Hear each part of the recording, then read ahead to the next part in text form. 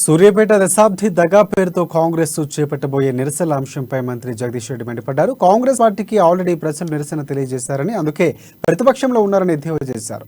ఇంకా బుద్ధి తెచ్చుకోక అవాస్తవాలు మాట్లాడుతూ యాత్రలు చేస్తున్నారని విమర్శించారు.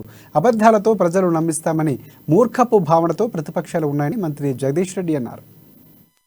ఎక్కువ పంట పండించిందనేది అవాస్తవం. విద్యుత్ సబ్ స్టేషన్ల సాక్షిగా జరిగిన ఉత్సవాలు విద్యుత్తులో అభివృద్ధి జరగలేదని చెప్పి మాట్లాడేది వాస్తవమా అవాస్తవమా? ఏది అవాస్తవం ఏది వాస్తవం? వాళ్ళ చెరువులు నిండుకుండల్లాగా ఉన్నాయి ఈ ఎండాకాలంలో కూడా అనేది అవాస్తవమా? ఏది కాదని చెప్పగలరు. ఇవాళ 65,000 కోట్లకు పైగా ప్రతి సంవత్సరం సంక్షేమ రంగం ద్వారా వివిధ పథకాల ద్వారా ప్రజలకు అందుతున్నాయనేది అవాస్తవం. 2,000 రూపాయలు ప్రతి నెల పెన్షన్ వస్తుందనేది అబద్ధమా? ఏది అబద్ధం? ఏది జరగలేదు అభివృద్ధి? ఎక్కడ జరగలేదు?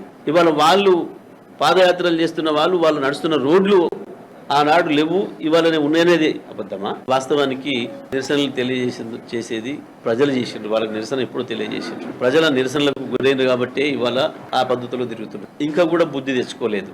ఏది వాస్తవం ఏది అవాస్తవం? ఒక్కొక్క రోజు ఒక్కొక్కటి జరిగిన వస్తే రావాల ముఖానికి అక్కడికి. రైతు వేదికలు అవాస్తవమా? రైతు వేదికల సాక్షిగా ఇవాళ ఈ రాష్ట్రం భారతదేశంలోనే అత్యంత ఎక్కువ పంట పండించిందనేది అవాస్తవం. విద్యుత్ సబ్ స్టేషన్ల సాక్షిగా జరిగిన ఉత్సవాలు విద్యుత్తులో అభివృద్ధి జరగలేదని చెప్పి మాట్లాడేది వాస్తవమా?